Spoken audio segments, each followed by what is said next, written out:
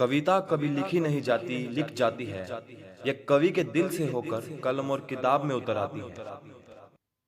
किसी ने क्या खूब कहा है कि जब समय का पहिया चलता है तो दिन डलता है।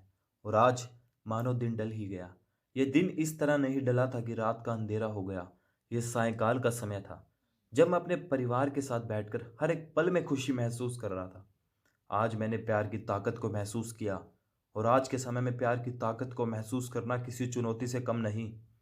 क्योंकि ये वो दौर था जब एक ही परिवार के सदस्य एक ही कमरे में कुछ मीटर की दूरी पर बैठकर मोबाइल फ़ोन से दूर नहीं थे। क्योंकि मोबाइल फ़ोन को हमसे कुछ इस तरह प्यार हो गया था कि सुबह इसकी शक्ल देखकर उठना और रात को इसकी ही शक्ल देखकर सो जाना।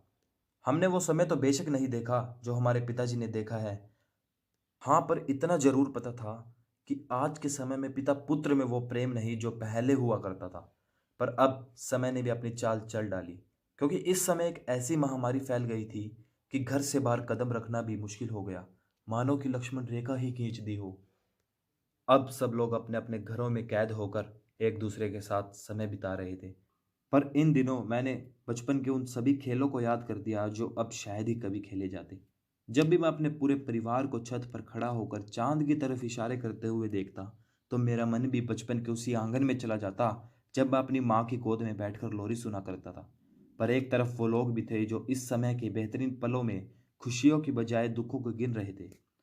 और मुझे अपनी गलती का एहसास तो तब हुआ जब एक नन्ही सी चिड़िया मेरे पास आकर धीमी सी आवाज में मेरे कान में यह कहकर चली गई कि आज इंसान कैद हैं और मैं आज़ाद उड़ रही हूँ। यह कहकर वह अपना मन हल्का कर उड़ चली।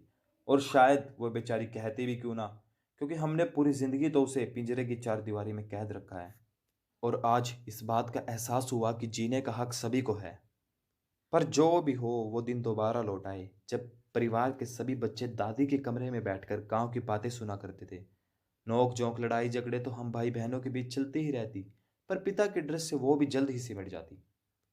इन दिनों दूरदर्शन पर सिर्फ महामारी की खबरें सुनाई जा रही थी। और इस दौरान मुझे उन हाथी घोड़े वाले खिलौनों का खेल तो तब समझ में आया जब एक दंतुलित मुस्कान वाला बच्चा घर से बाहर जाने की जिद कर रहा था और उसकी माँ उसे यह कहकर रोक लेती कि बेटा बाहर पुलिस खड़ी है। और वह बच्चा डर जाता और फिर से अपने घोड़े पर बैठकर दौड़ लगा। आज एक बात सच साबित हो गई कि जो भी होता है अच्छे के लिए होता है, बस उस अच्छे को खोजने के लिए एक नज़र की ज़रूरत पड़ती है। और वो नज़र आज मैंने अपनी कलम और डायरी में खोज ली थी।